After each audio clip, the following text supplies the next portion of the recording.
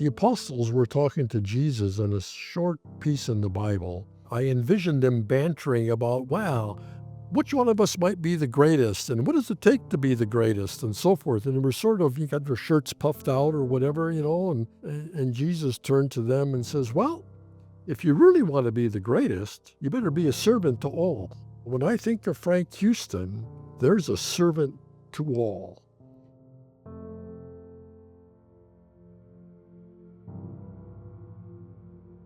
He's 100% dedicated. Now, a lot of employees are dedicated, but he's service-oriented and wants to help and wants to remove constraints, and he does. Quiet kindness is kind of the phrase I kept coming back to, because he is kind of quiet. Frank's not having a big party in his cube or anything like that. He's kind of quiet, but he's such a kind man. For me, he's been the consummate professional. Just unwavering teammate, dedicated to getting the job done, always available to everyone. He came over to my cube and he said, hey, looks like you might be missing some of the critical data that we need for this projects database. Can I help you find it? I had the data, but I had kind of short-shifted the inputs. I was busy, didn't think it was that important. But the way he asked that question, he wasn't saying I did anything wrong. He was saying, how can I help you get what we need, what NAES needs? The sign of a really good person and good worker and an honest person is when they tell you that they don't know the answers, or the answer isn't what you thought it might be, and it doesn't make us look good, but that's the answer, and that's the answer you're going to get from Frank. It's always going to be the honest answer. Never once in his tenure, as far as I remember, have I ever seen him kind of off kilter. I've never seen him upset. I've never seen him angry. Me being his boss, he probably had plenty of opportunities to be that way, but no, I never did. Just very even-keeled and just a pleasure to work with.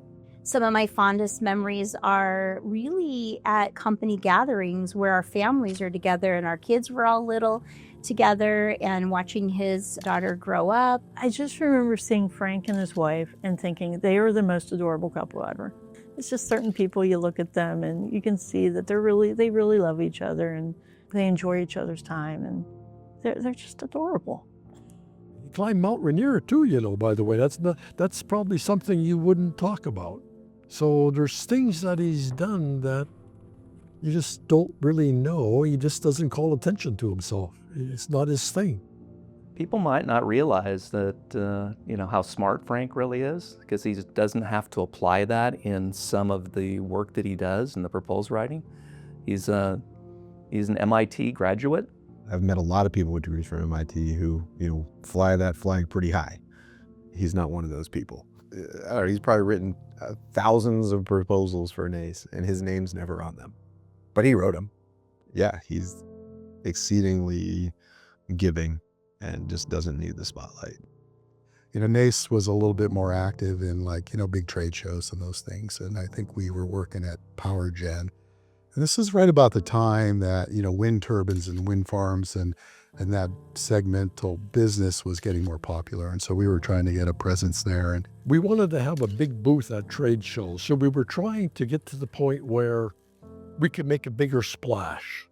So Frank says, I'll figure that out. Frank, who has many talents outside of what we see every day, decided that he was going to build a wind turbine. Sure enough, he made one out of wood, and the blades that we could mount on the backside of the booth, and it would slowly turn. Fabulous. I think it was in awe even by GE and some of the OEMs out there as they walked by our booth. But, this wind turbine that actually operated, built, designed, probably to specs, within tolerances. I still marvel at it. It was incredible. He really cared about NAES. Yep. And you think about that kind of a person embodying NAES and culture, that's what NAES needs to be about. When we think of the NAES culture, Frank embodies that. He's an institution within the institution. There's one thing for employees to take away from Frank is just his willingness to do hard work. He is the glue, and definitely for all these years has been known as that. He's been here through the company's transformation, many different leaders, many different strategic points in NAES's history, and he's managed to be a positive influence through all of it. Absolute dedicated professional, and I'm going to miss him personally and professionally, but very excited for him to enter into his new retirement. So congratulations to Frank. I'm going to be sad for sure to see him move on, but yeah, I hope to keep in touch with him after he leaves. NAES has something magical, and the people are the magic. It's just that simple. You know, I miss several things, and I think obviously working with a good group of people, and sometimes the pressure of trying to get something done.